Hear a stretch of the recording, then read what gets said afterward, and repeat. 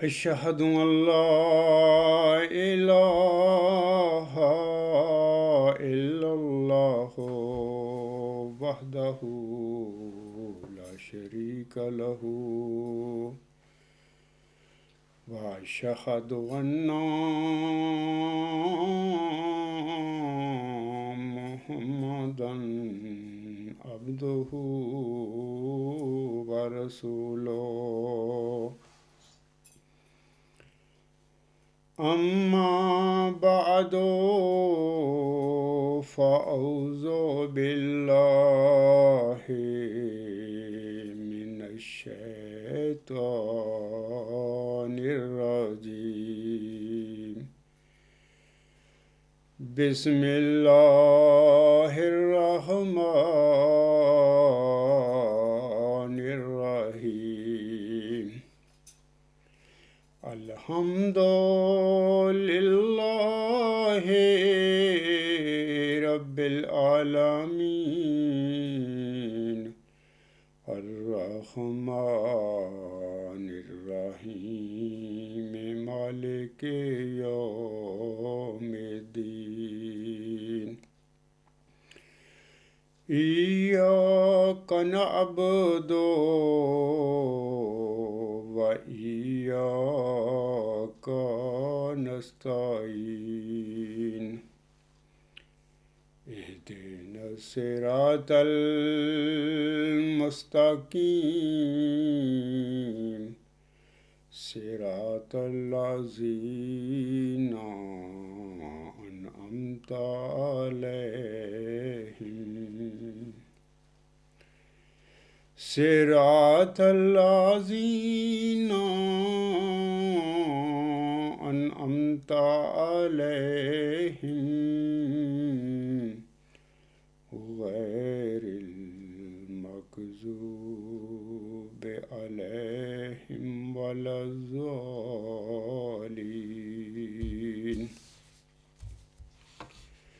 سامعین کرام اور خواتین، اگست 2020 کو کسی عزیز نے خاکسار کی طرف 3 سوالات ارسال کیے تھے، جن کا خاکسار اپنے گزشتہ 21 اگست 2020 کے خطبہ جمعہ میں ذکر کر چکا ہے، اور گزشتہ دونوں خطبات جمعہ میں ان کے پہلے اور دوسرے سوال کا جواب بھی دے چکا ہے۔ آج خاکسار ان کے تیسرے سوال کے جواب پر روشنی ڈالے گا۔ وما توفیقی الا باللہ العلی العظیم۔ وہ اپنے تیسرے سوال کے حوالہ سے اس طرح لکھتے ہیں: میں آپ کی ویڈیوز دیکھتا رہتا ہوں اور آپ کا عقیدت مند ہوں۔ ایک شخص جس کا نام زاہد خان ہے اپنے آپ کو نبی کہتا ہے۔ اس نے ایک آڈیو میسج جاری کیا ہے۔ کہتا ہے کہ میں نے کشف دیکھی جس میں حضرت عبدالغفار جمبا صاحب پاکستان گئے، یا جرمنی کا ایک علاقہ بھی بتایا ہے، وہاں گئے اور قاتلانہ حملے میں شہید ہو گئے۔ پلیز اس بات کا ضرور جواب دیجیے گا، کیونکہ زاہد خان نے پہلے ایک نبوت کا دعویٰ کرنے والے کو بھی کشف بتائی اور وہ پاکستان میں بھری عدالت میں قتل ہو گیا، جس کا نام طاہر نسیم تھا۔ اس کو کشف بتانے کا ویڈیو بھی انٹرنیٹ پر وائرل ہو رہا ہے۔ اس کشف یا پیشن گوئی پر آپ زاہد خان کو کیا جواب دیں گے؟ یہ تیسرا سوال ہے میرے کسی عزیز کا، جو انہوں نے 3 اگست 2020 کو خاکسار کی طرف روانہ کیے تھے۔ سامعین کرام، سوال کنندہ نے اپنے سوال میں جس جھوٹے مدعی نبوت کے کشف کا ذکر کیا ہے، ان کا کشف اس طرح ہے کہ وہ خاکسار کے متعلق اپنے کشف میں کہتے ہیں: نسیم کے ساتھ جو ہونا تھا وہ ہو گیا اور بڑا غم بھی ہوا، لیکن ابھی کوئی 1 ماہ کی بات نہیں ہے، کوئی مغرب کا وقت تھا، میں دعا کرنے کے لیے ابھی کھڑا ہی ہوا تھا، میرے ذہن میں خدا کی اور غم کی حالت تھی کہ ایک دم کسی نے آواز مار کے مجھے کہا کہ جمبا مر چکا ہے، مارا گیا۔ تو میں نے کہا اس کو میرے سامنے لے کے آؤ۔ جب وہ سامنے لائے تو یہ پاکستان میں تھا۔ اس پہ ایک بوسیدہ کپڑا پڑا ہوا تھا۔ تو میں نے کہا میں دعا کر دوں اس کے سینے پہ ہاتھ رکھ کے۔ تو جب وہ بوسیدہ کپڑا میں نے اٹھایا نا دعا کرنے کے لیے تو سر تھا، دھڑ نہیں تھا۔ تو یہ جو کشف تھی میں نے سید مولود احمد صاحب سے بھی کہی، اور غالباً میں نے 2 دفعہ ٹیلی فون بھی کیا ہے، اور یہ بھی کہا کہ غفار صاحب سے کہیں جب وہ واپس آئیں تو مجھے ٹیلی فون کریں، لیکن ان کی عادت ہے یہ دو بار میں نے کئی کیے ہیں 10 دفعہ ٹیلی فون۔ تو یہ واقعہ بھی جمبا صاحب کو بتا دیں کہ وہ جو خدا کا دل ہے، جو انسان نیت کو ایک خدا کے پلیٹ فارم پہ بلا رہا ہے، وہ احمدیت کے چکروں میں نہیں ہے۔ 14 ان کے فرقے بن چکے ہیں، ایک اور بن جائے گا تو کوئی بڑی بات نہیں ہے۔ اور میں نے احمدیت کا بھی انجام دیکھ چکا ہوں کہ اگلے خلیفہ جو ہوں گے وہ کیا ہوں گے، عیاش پسند۔ اور پھر احمدیت افریقہ کا خلیفہ اور تھا، یہاں کا خلیفہ اور تھا، تو بڑا کچھ دیکھ چکا ہوں میں۔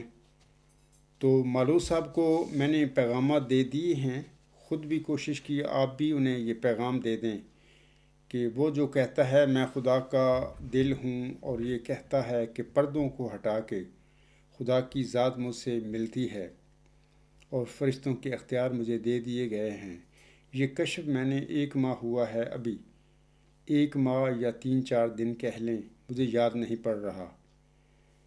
تو یہ میں آپ کو بھی کہہ رہا ہوں کہ اس جمبا صاحب سے کہیں یا ان سے کہیں کہ زاہد صاحب ٹیلی فون کرنا چاہتے ہیں، جو میں نے سید صاحب سے بھی کہا ہے، اور وقت معین کر دیں تاکہ کم سے کم جب میں ٹیلی فون کروں تو بات ہو جائے۔ خدا حافظ۔ اس وقت خاکسار نے جھوٹے مدعی نبوت زاہد علی خان کے کشف کا ترجمہ سامعین کرام کے آگے پڑھا ہے۔ یہ جھوٹے مدعی نبوت کا جھوٹا کشف اس وقت یوٹیوب پر ان کی زبان سے بھی سنا جا سکتا ہے۔ یہاں سوال کنندہ سے میری جواباً گزارش ہے، جنہوں نے سوال مجھ پر کیا ہے، کہ میں یہ زاہد علی خان کا جو کشف ہے اس پہ اپنے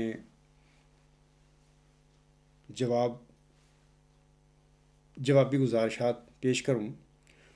تو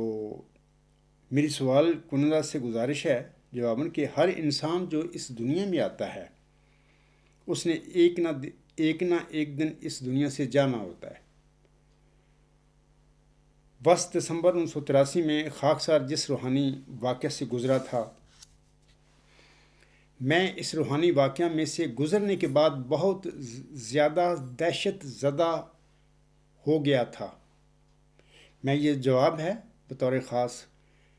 جنہوں نے میرے آگے سوال بھیجا ہے تیسرا، ان کے سوال کے جواب میں یہ گزارشات انہیں پیش کر رہا ہوں، باقی سامنے بھی سنیں گے انشاءاللہ تعالی۔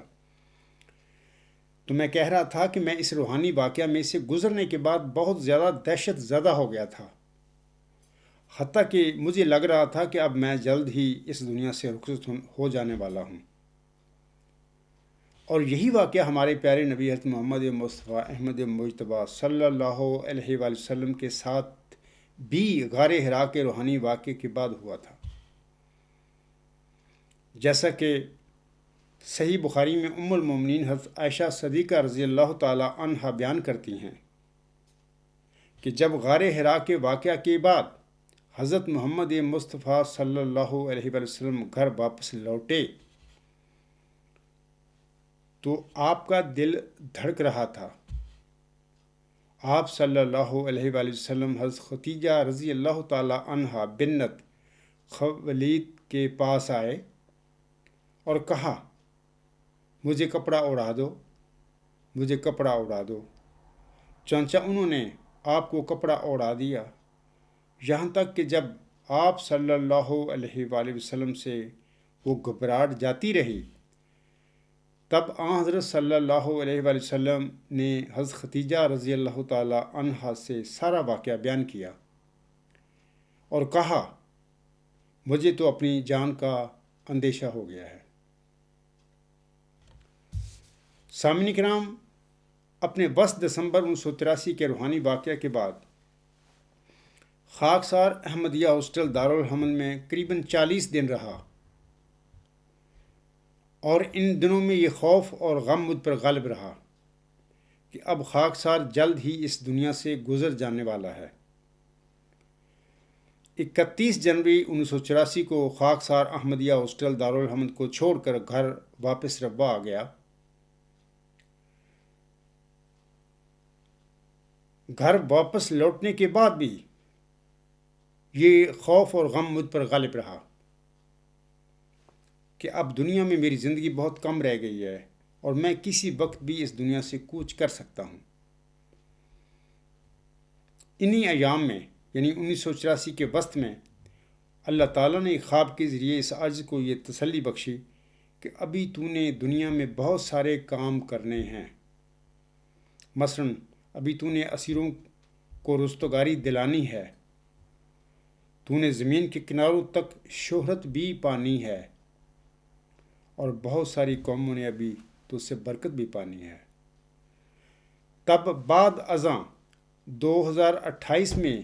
تو اپنے نفسی نقطہ آسمان کی طرف اٹھایا جائے گا، وَكَانَ أَمْرًا مَقْضِيًّا۔ اور سامعین کرام، اور میں وہ جو عزیز ہے جنہوں نے میری جانب 3 سوالات لکھ کر بھیجے ہیں، آج میں ان کی تیسرے سوال کا جواب دے رہا ہوں۔ ان سے بھی میں گزارش کرتا ہوں اور سامعین کرام سے بھی کہتا ہوں کہ خاکسار کو کامل یقین ہے کہ انشاءاللہ تعالیٰ اسی طرح ہوگا جو اللہ تعالیٰ کی طرف سے مجھے بتایا گیا ہے۔ سامعین کرام، خواب اس طرح تھی، وہ خواب بھی سن لیجئے۔ خواب اس طرح تھی کہ 1984 کے وسط میں ایک رات خواب میں خاکسار ایک فرشتہ سے ملتا ہے، اور میں اسے کہتا ہوں کہ میری زندگی 80 سال ہوگی، میری عمر 80 سال ہوگی۔ میں اس فرشتہ سے کہتا ہوں خواب میں، لیکن فرشتہ مجھے جواب میں بتاتا ہے کہ تیرے وصال کا سال 2028 ہے، 2028 اس نے کہا مجھے۔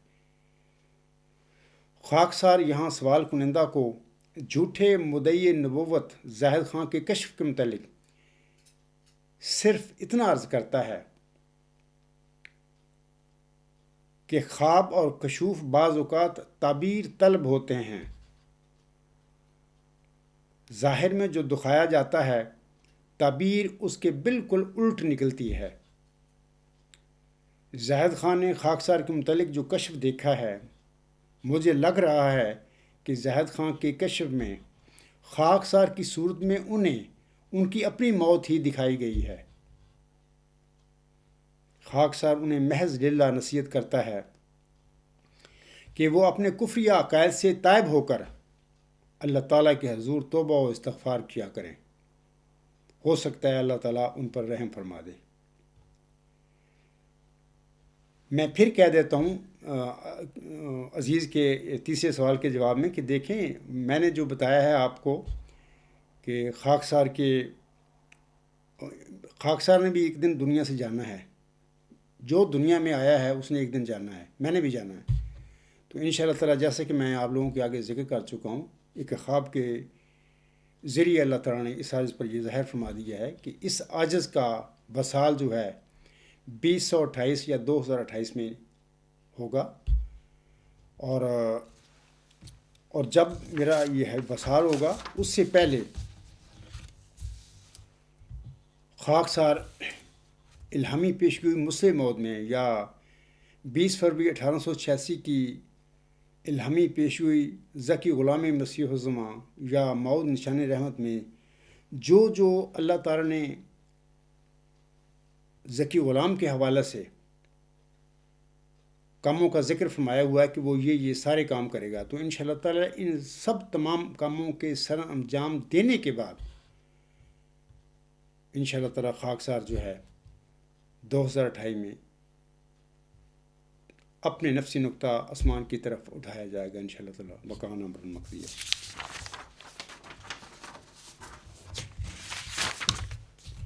تو مجھے امید ہے کہ جس عزیز نے بھی میری طرف یہ 3 سوال بھیجے تھے، ان کے 2 سوالوں کا تو خاکسار گزشتہ دونوں خطبات تھے جمعہ میں جواب دے چکا ہے۔ آج خاکسار نے ان کے تیسرے سوال کا جواب دیا ہے، اور خاکسار نے انہیں بھی اور سامعین کرام کو بھی بتا دیا ہے کہ یہ جھوٹا مدعی نبوت زاہد خان جو کشف دیکھتا پھر رہا ہے اس عاجز کے متعلق، دراصل جو خوابیں اور کشوف ہوتی ہیں وہ تعبیر طلب ہوتے ہیں۔ اصل اس کشف میں بھی زاہد خان کو یقین میں رکھتا ہوں کہ انہی کی موت کا نظارہ دکھایا گیا ہے، لیکن اس رنگ میں دکھایا گیا ہے کہ وہاں پر اسے یہ عاجز نظر آیا ہے۔ تو اللہ تعالیٰ سے میں دعا گو ہوں کہ اللہ تعالیٰ اس زاہد خان کو بھی اس کے سارے کفری عقائد جو ہیں ان سے تائب ہو کر اللہ تعالیٰ کے حضور استغفار کرنے کی توفیق بخش دے۔ ہو سکتا ہے اللہ تعالیٰ اس پر رحم فرما دے۔ تو اس کے بعد میں چاہتا ہوں کہ سامعین کرام کو کچھ چند اور باتیں دین اسلام کی فتح اور غلبہ کے حوالے سے میں بتانا چاہتا ہوں۔ سامعین کرام، اللہ تعالیٰ نے اپنے پیارے نبی حضرت محمد مصطفیٰ احمد مجتبیٰ صلی اللہ علیہ وآلہ وسلم سے قرآن کریم میں 3 دفعہ دین اسلام کی فتح اور غلبے کا وعدہ فرمایا ہوا ہے، جیسا کہ اللہ تعالیٰ سورۃ صف کی آیت نمبر 10 میں فرماتا ہے، هو الذی ارسل رسولہ بالہدی ودین الحق لیظہرہ علی الدین کلہ ولو کرہ المشرکون۔ اللہ تعالیٰ یہ سورۃ صف کی آیت نمبر 10 میں فرماتا ہے۔ اسی طرح سورۃ فتح میں بھی اور سورۃ توبہ میں بھی اسی دین اسلام کی فتح اور غلبے کا ذکر ملتا ہے۔ یہی آیت اللہ تعالیٰ نے وہاں پر بھی دہرائی ہوئی ہے۔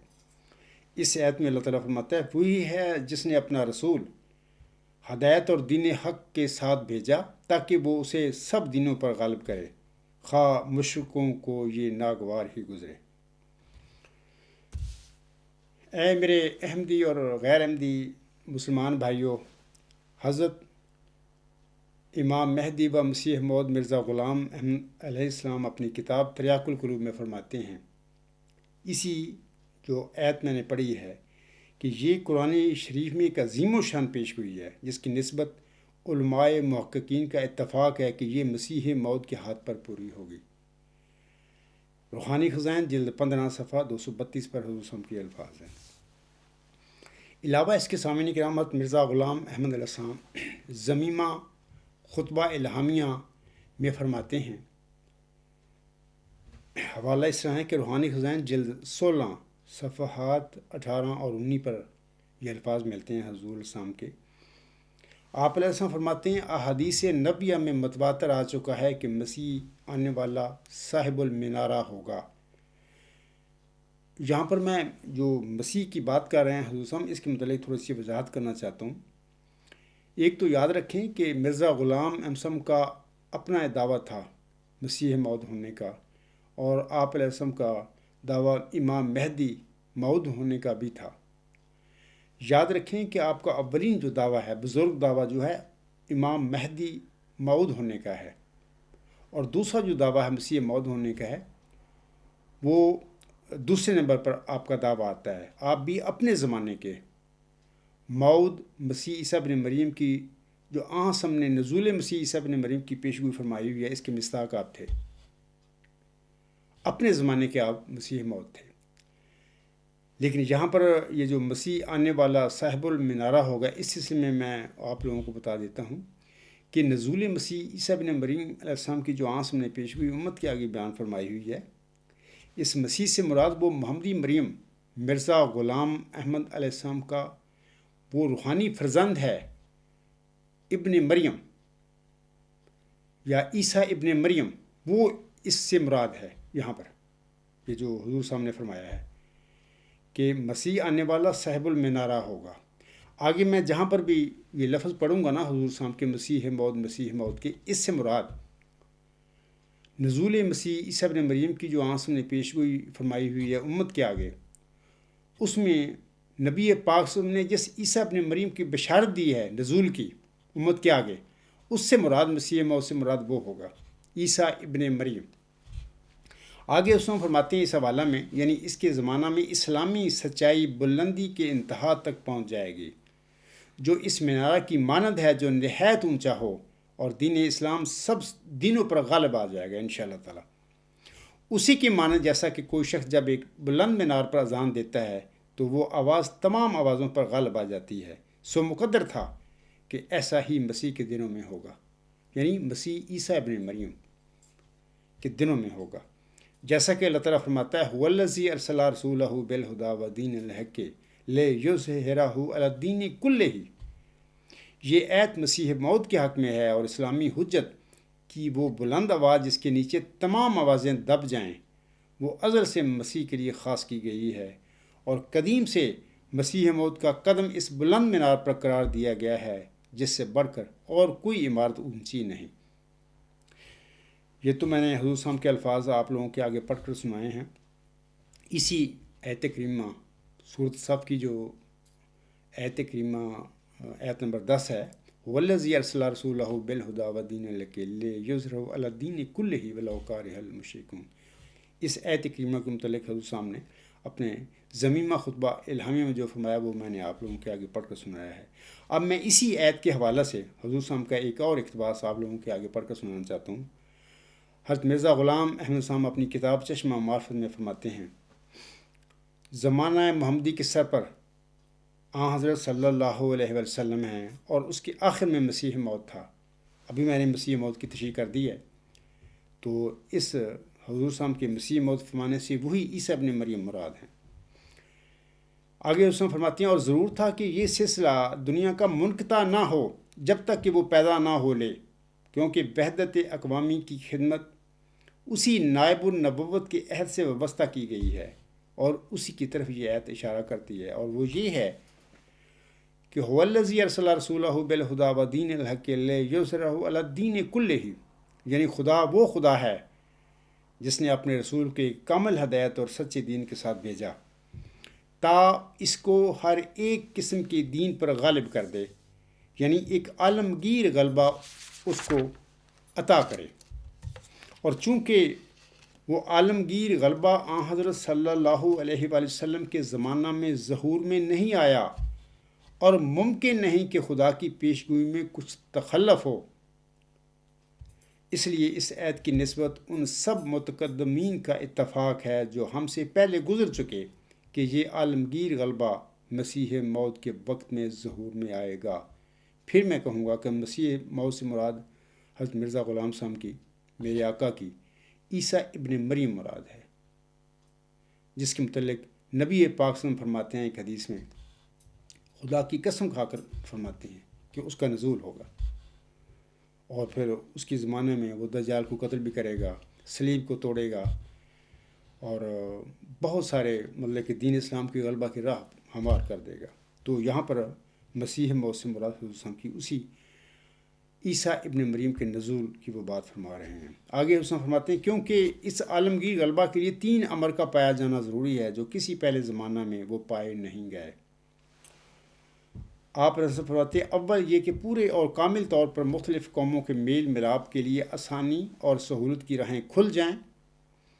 اور سفر کی ناقابل برداشت مشقتیں دور ہو جائیں، اور سفر بہت جلدی طے ہو سکے، گویا سفر ہی نہ رہے، اور سفر کو جلد طے کرنے کے لیے فوق العادت اسباب میسر آ جائیں،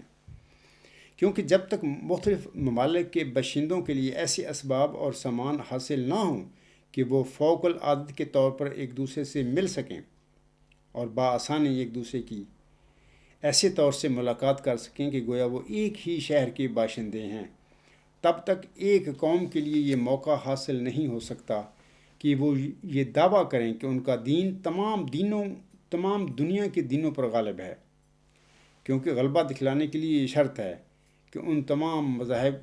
کا لوگوں کو علم بھی ہو جن پر غالب آنے کا اظہار بھی کیا گیا ہے، اور نیز جن کو مغلوب سمجھا گیا ہے وہ بھی اس بات کا علم رکھتے ہوں کہ ہم اس الزام کے نیچے ہیں، اور یہ تو تبھی ہو سکتا ہے کہ مختلف ممالک کے لوگ ایسے باہم قریب ہو جائیں کہ گویا وہ ایک ہی محلہ میں رہتے ہیں۔ یہ حضور صم گلوبل ولیج کی طرف اشارہ فرما رہے ہیں۔ وہ گلوبل ولیج کا جو واقعہ ہے اس وقت مکمل طور پر دنیا میں ہو چکا ہے کہ دنیا ایک گلوبل ولیج بن چکی ہے۔ آگے اس میں فرماتے ہیں، اور ظاہر ہے کہ یہ امر آن حضرت صلی اللہ علیہ وسلم کے عہد مبارک میں ظہور میں نہیں آ سکا، کیونکہ آن حضرت صلی اللہ علیہ وسلم کے زمانہ میں کئی قومیں زمین کے دور دراز کناروں پر آباد تھیں، اور پیغام پہنچانے اور سفر کرنے اور باہمی جلد ملاقات کرنے کے وہ سامان موجود نہ تھے جو اب اس وقت ہمارے اس زمانہ میں موجود ہیں۔ دوسرا امر، حضور صلی اللہ علیہ وسلم فرماتے ہیں، دوسرا امر جو اس بات کے سمجھنے کے لیے شرط ہے کہ ایک دین دوسرے تمام دینوں پر اپنی خوبیوں کے روح سے غالب ہے، یہ ہے جو دنیا کی تمام قومیں آزادی سے باہم مباحثات کر سکیں اور ہر ایک قوم اپنے مذہب کی خوبیاں دوسری قوم کے سامنے پیش کر سکے، اور نیز تعریفات کے ذریعے سے اپنے مذہب کی خوبی اور دوسرے مذاہب کا نقص بیان کر سکیں، اور مذہبی کشتی کے لیے دنیا کی تمام قوموں کو یہ موقع مل سکے کہ وہ ایک ہی میدان میں اکٹھے ہو کر ایک دوسرے سے مذہبی بحث کر کے حملے کریں، اور جیسا کہ دریا کی ایک لہر دوسری لہر پر پڑتی ہے ایک دوسرے کے تعاقب میں مشغول ہوں، اور یہ مذہبی کشتی نہ ایک دو قوم میں بلکہ عالمگیر کشتی ہو جو دنیا کی قوموں میں سے کوئی قوم اس کشتی سے باہر نہ ہو۔ انشاءاللہ تعالیٰ سامعین کو میں کہتا ہوں کہ یہ بڑی جلدی کشتی ان نظریاتی رنگ میں لڑی جانے والی ہے، علمی رنگ میں لڑی جانے والی ہے، تو انشاءاللہ تعالیٰ وہ وقت بڑی جلدی آنے والا ہے کہ یہ جو عالمگیر کشتی کا ذکر فرما رہے ہیں حضور صاحب یہاں پر، یہ انشاءاللہ تعالیٰ نظریات کی رنگ میں لڑی جائے گی دنیا میں، اور دین اسلام اپنے نظریے کے ساتھ دنیا پر ادیان غالب پر انشاءاللہ تعالیٰ غالب آئے گا۔ آگے اس میں فرماتے ہیں، اس قسم کا غلبہ اسلام کا آن حضرت صلی اللہ علیہ وسلم کے عہد مبارک میں میسر نہیں آ سکا، کیونکہ اول تو اس زمانہ میں دنیا کی تمام قوموں کا اعتماد ناممکن تھا، اور پھر ماسوا اس کے جن قوموں سے ہمارے نبی صلی اللہ علیہ وسلم کا واسطہ پڑا ان کو مذہبی امور میں دلائل سننے یا دلائل سنانے سے کچھ غرض نہ تھی، بلکہ انہوں نے اٹھتے ہی تلوار کے ساتھ اسلام کو نابود کرنا چاہا، اور عقلی طور پر اس کے رد کرنے کے لیے قلم نہیں اٹھائی۔ یہی وجہ ہے کہ اس زمانے کی کوئی ایسی کتاب نہیں پاؤ گے تم جس میں اسلام کے مقابل پر عقل یا نقل کے رنگ میں کچھ لکھا گیا ہو، بلکہ وہ لوگ صرف تلوار سے ہی غالب ہونا چاہتے تھے، اس لیے خدا نے تلوار سے ہی ان کو ہلاک کیا۔ یہاں پر میں ضمنی طور پر کہتا ہوں کہ یہی الزام جھوٹا جو ہے اس وقت زاہد علی خان مدعی نبوت جو ہے وہ حضرت محمد مصطفیٰ صلی اللہ علیہ وسلم پر یہ جھوٹا الزام لگاتا پھر رہا ہے کہ آن حضرت صلی اللہ علیہ وسلم نے دین اسلام کو پھیلانے کے لیے تلوار چلائی تھی۔ انا للہ و انا الیہ راجعون، استغفر اللہ ربی من کل ذنب واتوب الیہ۔ جبکہ سامعین کرام امر واقعہ یہ ہے کہ آن حضرت صلی اللہ علیہ وسلم نے صرف اپنے دفاع میں تلوار اٹھائی تھی۔ یہ جو زاہد خان مدعی نبوت ہے اس نے یہ کتاب لکھی ہے، رسالہ ٹائپ ہے 200-250 صفحہ کا، دا کرمنل ایکٹس آف محمد صلی اللہ علیہ وسلم۔ تو یہ میں ثبوت آپ لوگوں کے آگے دے رہے ہیں کہ یہ شخص بھی مدعی نبوت جو کہتا ہے اپنے آپ کو، یہ بھی یہ کام کرتا پھر رہا ہے۔ آگے اس میں فرماتے ہیں، مگر ہمارے اس زمانے میں اسلام کے دشمنوں نے اپنا طریق کو بدل لیا ہے، اور اب کوئی مخالف اسلام کا اپنے مذہب کے لیے تلوار نہیں اٹھاتا، اور یہی حکمت ہے کہ مسیح موعود کے لیے یضع الحرب کا حکم آیا ہے، یعنی جنگ کی ممانعت ہو گئی اور تلوار کی لڑائیاں موقوف ہو گئیں، اور اب کلمی لڑائیوں کا وقت ہے، اور چونکہ ہم کلمی لڑائیوں کے لیے آئے ہیں اس لیے بجائے لوہ کی تلوار کے لوہ کی کلمیں ہمیں ملی ہیں، اور نیز کتابوں کے چھاپنے اور دور دراز ملکوں تک ان تالیفات کے شائع کرنے کے ایسے سہل اور آسان سامان ہمیں میسر آ گئے ہیں کہ گزشتہ زمانوں میں سے کسی زمانہ میں ان کی نظیر پائی نہیں جاتی، یہاں تک کہ وہ مضمون جو برسوں تک لکھنے ناممکن تھے وہ دنوں میں لکھے جاتے ہیں۔ ایسا ہی وہ تالیفات جن کا دور دراز ملکوں میں پہنچانا مدت ہائے دراز کا کام تھا، وہ تھوڑے ہی دنوں میں ہم دنیا کے زمانہ میں وہ تھوڑے ہی دنوں میں ہم دنیا کے کناروں تک پہنچا سکتے ہیں اور اپنی حجت بالغہ سے تمام کاموں کو مطلع کر سکتے ہیں، مگر آن حضرت صلی اللہ علیہ وسلم کے زمانہ میں یہ اشاعت اور اتمام حجت ناممکن تھی، کیونکہ اس وقت نہ کتابوں کے چھاپنے کے آلات تھے اور نہ دوسرے ممالک میں کتابوں کے پہنچانے کے لیے سہل اور آسان طریقے میسر تھے۔ تیسرا امر جو اس بات کو تمام دنیا پر واضح کرنے کے لیے شرط ہے کہ فلاں دین بمقابل دنیا کے تمام دینوں کے خاص طور پر خدا سے تائید یافتہ ہے اور خدا کا خاص فضل اور خاص نصرت اپنے ساتھ رکھتا ہے، وہ یہ ہے کہ بمقابل دنیا کی تمام قوموں کے ایسے طور سے تائید الہی کے آسمانی نشان اس کے شامل ہوں کہ دوسرے کسی دین کے شامل حال نہ ہوں، اور بغیر ذریعہ انسانی ہاتھوں کے خدا دوسرے دینوں کو تباہ کرتا جائے اور ان کے اندر سے روحانی برکت اٹھا لے، مگر وہ دین دوسرے دینوں کے سامنے خدا کے چمکدار نشانوں سے اپنی ممتاز حالت ثابت کرے اور دنیا کے اس سرے سے اس سرے تک کوئی مذہب نشان آسمانی میں اس کا مقابلہ نہ کر سکے، باوجود اس بات کے کہ کوئی حصہ آبادی دنیا کا اس دعوت مقابلہ سے بے خبر نہ ہو۔ یہ امر بھی آن حضرت صلی اللہ علیہ وسلم کے زمانہ میں کامل طور پر ظہور پذیر نہ ہونا ناممکن تھا، کیونکہ اس کے لیے یہ شرط تھی کہ دنیا کی تمام قوموں کو جو مشرق اور مغرب اور جنوب اور شمال میں رہتی ہیں یہ موقع مل سکے کہ وہ ایک دوسرے کے مقابل پر اپنے مذہب کی تائید میں خدا سے چاہیں جو آسمانی نشانوں سے اس مذہب کی سچائی پر گواہی دے، مگر جس حالت میں ایک قوم دوسری قوم سے ایسی مخفی اور محجوب تھی کہ گویا ایک دوسری دنیا میں رہتی تھی، تو یہ مقابلہ ممکن نہ تھا۔ اور نیز اس زمانہ میں بھی اسلام کی تکذیب انتہا تک نہیں پہنچی تھی اور ابھی وہ وقت نہیں آیا تھا کہ خدا کی غیرت تقاضا کرے کہ اسلام کی تائید میں آسمانی نشانوں کی بارش ہو، مگر ہماری زمانہ میں وہ وقت آ گیا، کیونکہ اس زمانہ میں گندی تحریروں کے ذریعے سے اس قدر آن حضرت صلی اللہ علیہ وآلہ وسلم اور اسلام کی توہین کی گئی ہے کہ کبھی کسی زمانہ میں کسی نبی کی توہین نہیں ہوئی۔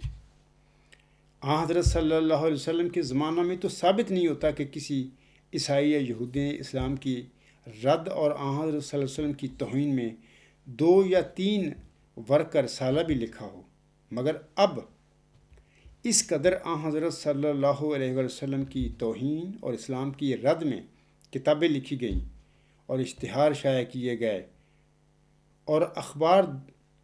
تمام دنیا میں پھیلائی گئیں کہ اگر وہ تمام جمع کی جائیں تو وہ ایک بڑے پہاڑ کے برابر تمار ہوتا ہے، بلکہ اس سے زیادہ۔ سامعین کرام، دوبارہ عرض کرتا ہوں آپ لوگوں کے آگے بطور ضمنی بات کے کہ جھوٹا مدعی نبوت زاہد علی خان نہ صرف آن حضرت صلی اللہ علیہ وسلم کی توہین کرتا پھر رہا ہے، بلکہ دیگر مقدس انبیاء علیہ السلام مثلا حضرت زکریا علیہ السلام اور حضرت مسیح عیسیٰ ابن مریم علیہ السلام اور حضرت موسوی مریم صدیقہ علیہ السلام کی شان میں بھی گستاخیاں کرتا پھر رہا ہے۔ یہ میں آپ کو زندہ مثال آپ لوگوں کے آگے دے رہا ہوں، پیش کر رہا ہوں۔ ثانیاً یہ کہ قرآن کریم کے متعلق بھی یہ کہہ رہا ہے، یعنی زاہد علی خان صاحب مدعی نبوت، کہ یہ خالص اللہ تعالیٰ کی وحی نہیں ہے، نعوذ باللہ، بلکہ اس میں حضرت جبرائیل علیہ السلام اور حضرت محمد صلی اللہ علیہ وسلم نے بھی اپنے پاس سے کلام داخل کیا ہوا ہے، یعنی قرآن کریم میں۔ تو ہم تو کہیں گے نقل کفر نہ باشد، یہ اس قسم کی اناب شناب بکتا پھر رہا ہے اس دنیا میں، جھوٹ بولتا پھر رہا ہے قرآن کریم کے متعلق بھی، اور حضرت محمد مصطفیٰ احمد مجتبیٰ صلی اللہ علیہ وسلم پر بھی یہ حملے کرتا پھر رہا ہے، گستاخیاں کرتا پھر رہا ہے، اور اس سے حضرت زکریا علیہ السلام پر بھی اس نے جھوٹی تہمت لگا دی کہ حضرت مسیح عیسیٰ ابن مریم جو ہیں حضرت زکریا علیہ السلام کے بیٹے ہیں، نعوذ باللہ من ذالک، اور حضرت موسوی مریم صدیقہ جو ہے اس پر بھی اس نے جھوٹا الزام لگا دیا کہ انہوں نے اپنے خالوں سے تعلقات قائم کر کے تو یہ اپنے عیسیٰ کی پیدائش ہوئی تھی، یہ بھی جھوٹ ہے، سراسر بہتان ہے موسی مریم صدیقہ علیہ السلام پر، اور حضرت مسیح عیسیٰ علیہ السلام پر بھی یہ بہتان ہے کہ وہ ابن ذکری ہیں، معاذ اللہ، اس پر بھی جھوٹا الزام، یہ یعنی اس کا آئے دن یہ کام ہی ہے، یہ کہتا پھر رہا ہے کہ میں دنیا کے مذاہب کو ختم کر کے ایک مذاہب محبت کا مذہب لا رہا ہوں دنیا میں. تو بندہ ان سے پوچھے کہ تو ہوش میں ہے، یہ کیا کرتا پھر رہا ہے تو دنیا کو ایک مذاہب میں بدلتا پھر رہا ہے کہ جو مختلف مذاہب ہیں دنیا کے ان کے درمیان جنگیں کرواتا پھر رہا ہے اور فتنہ فساد کی آگ بھڑکاتا پھر رہا ہے اور کہتا ہے، یہ دعویٰ یہ ہے کہ میرا جو مذہب ہے محبت کا مذہب ہے. یہ محبت کا مذہب ہے، سامعین کرام خود فیصلہ کر لینا. آگے اس میں فرماتے ہیں، ان اندھوں نے اسلام کو ہر ایک برکت سے بے بہرا کر دیا ہے اور دعویٰ کیا ہے کہ آن صلی اللہ علیہ وسلم نے کوئی آسمانی نشان نہیں دکھلایا، اور اس بات پر زور دیا ہے کہ دنیا میں اسلام کا نام و نشان نہ رہے، اور ایک عاجز انسان کی خدائی ثابت کرنے کے لیے خدا کے پاک دین اور پاک رسول کی وہ توہین کی گئی ہے جو ابتدائے دنیا سے آج تک کسی دین اور کسی رسول کی ایسی توہین نہیں ہوئی. سامعین کرام، پھر میں ضمنی طور پر کہنا چاہتا ہوں کہ پہلے تو عیسائیوں نے حضرت مسیح عیسیٰ ابن مریم علیہ السلام کو خدا کا بیٹا بنا کر سچے خدا کی خدائی پر حملہ کیا ہوا ہے پہلے سے، اور اب زاہد علی خان بھی اپنے آپ کو خدا کا بیٹا قرار دیتا پھر رہا ہے. آپ سنیں اس کی یوٹیوب پہ اس کی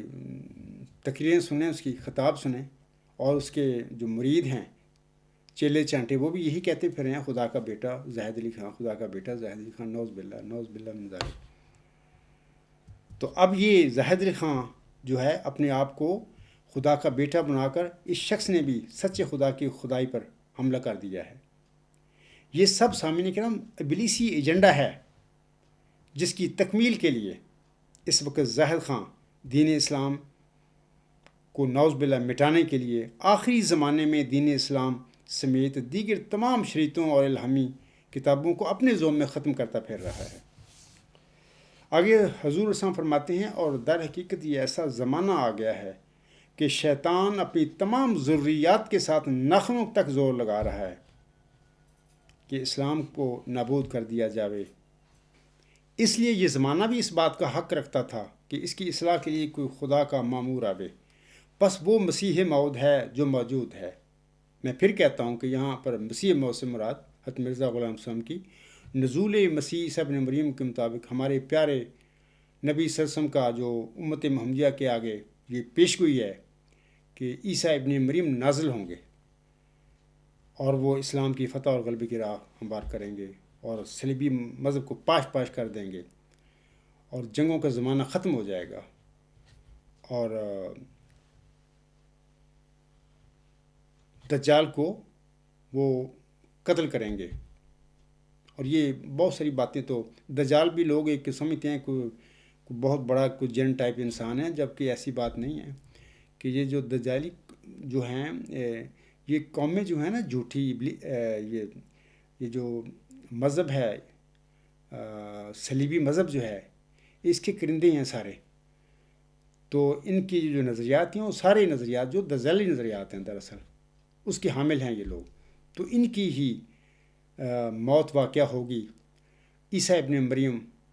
جو آسم کی پیشگوئی کے متعلق دنیا میں نازل ہونے والا ہے، اور اس کے بالمقابل ان سب کی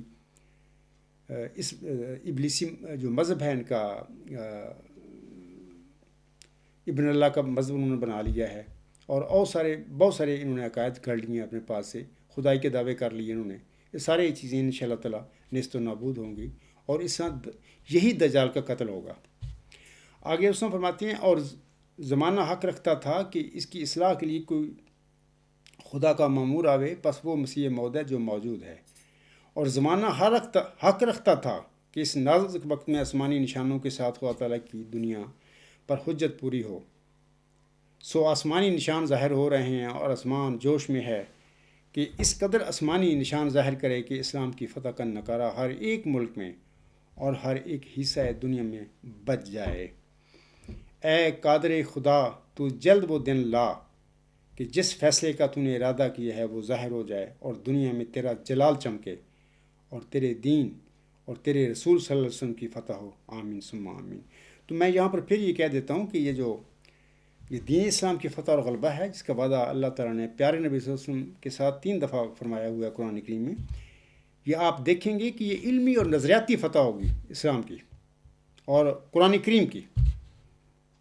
دنیا میں قرآن کریم ایک سچی کتاب کے طور پر دنیا میں مانی جائے گی، قبول کی جائے گی۔ اور یہ جو ساری جنگ ہے، نظریاتی جنگ جو ہے، علمی جنگ ہے، یہ میدانوں میں نہیں لڑی جائے گی، یہ یونیورسٹیوں میں لڑی جائے گی، درس گاہوں میں لڑی جائے گی۔ وہاں پر اس کا فیصلے ہوگے کہ کون سا مذہب سچا ہے، خدا کی طرف سے ہے، اور کون سے مذاہب جھوٹے ہیں، باطل ہیں۔ تو انشاءاللہ تعالیٰ ایسا ہی ہوگا جیسا کہ میں یہ آپ لوگوں کے آگے بتا رہا ہوں۔ اس کے بعد سامعین کرام، امام مہدی و مسیح موعود حضرت مرزا غلام احمد علیہ السلام اپنی کتاب براہین احمدیہ میں حضرت نبی پاک صلی اللہ علیہ وسلم اور قرآن کریم کے متعلق اس طرح فرماتے ہیں۔ میں چاہتا ہوں کہ 1-2 حوالے حضرت مرزا غلام صاحب کے اس حوالے سے پڑھ دوں آپ لوگوں کے آگے، آپ کو فائدہ ہوگا۔ تو یہ جو حوالہ ہے براہین احمدیہ روحانی خزائن جلد 1 صفحات 557 تا 558، حاشیہ در حاشیہ 3۔ آپ علیہ السلام فرماتے ہیں، اب آسمان کے نیچے فقط ایک ہی نبی اور ایک ہی کتاب ہے،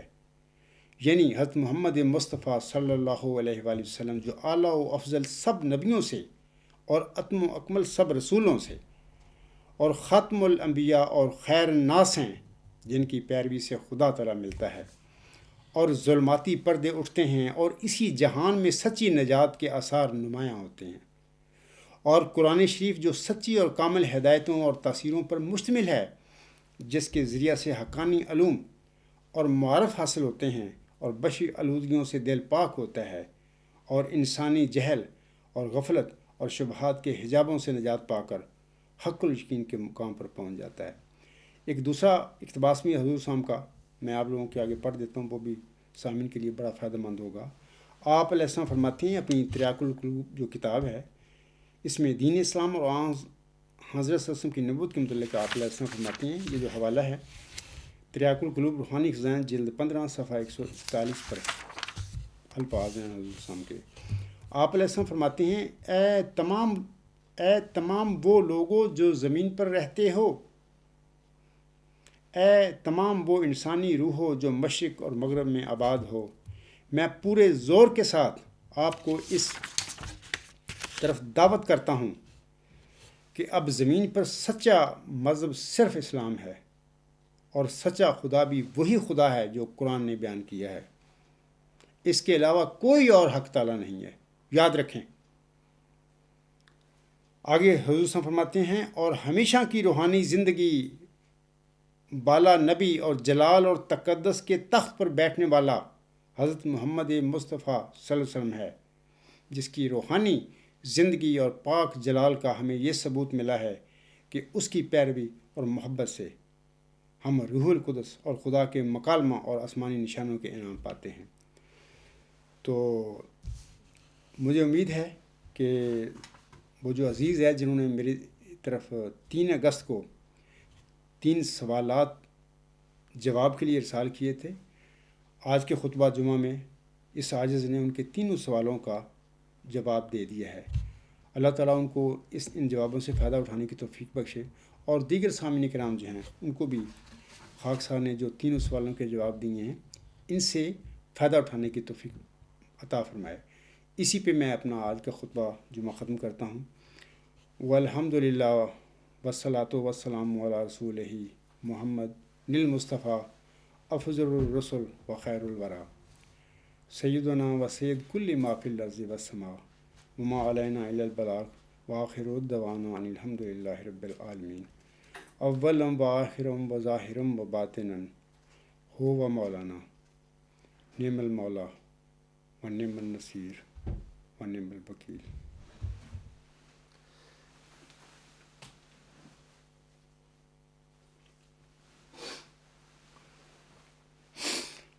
الحمدللہ الحمد للہ نحمدہ ونستعینہ ونستغفرہ ونؤمن بہ ونتوکل علیہ ونعوذ باللہ من شرور انفسنا ومن سیئات اعمالنا من يهده الله فلا مضل له ومن يضلله فلا هادي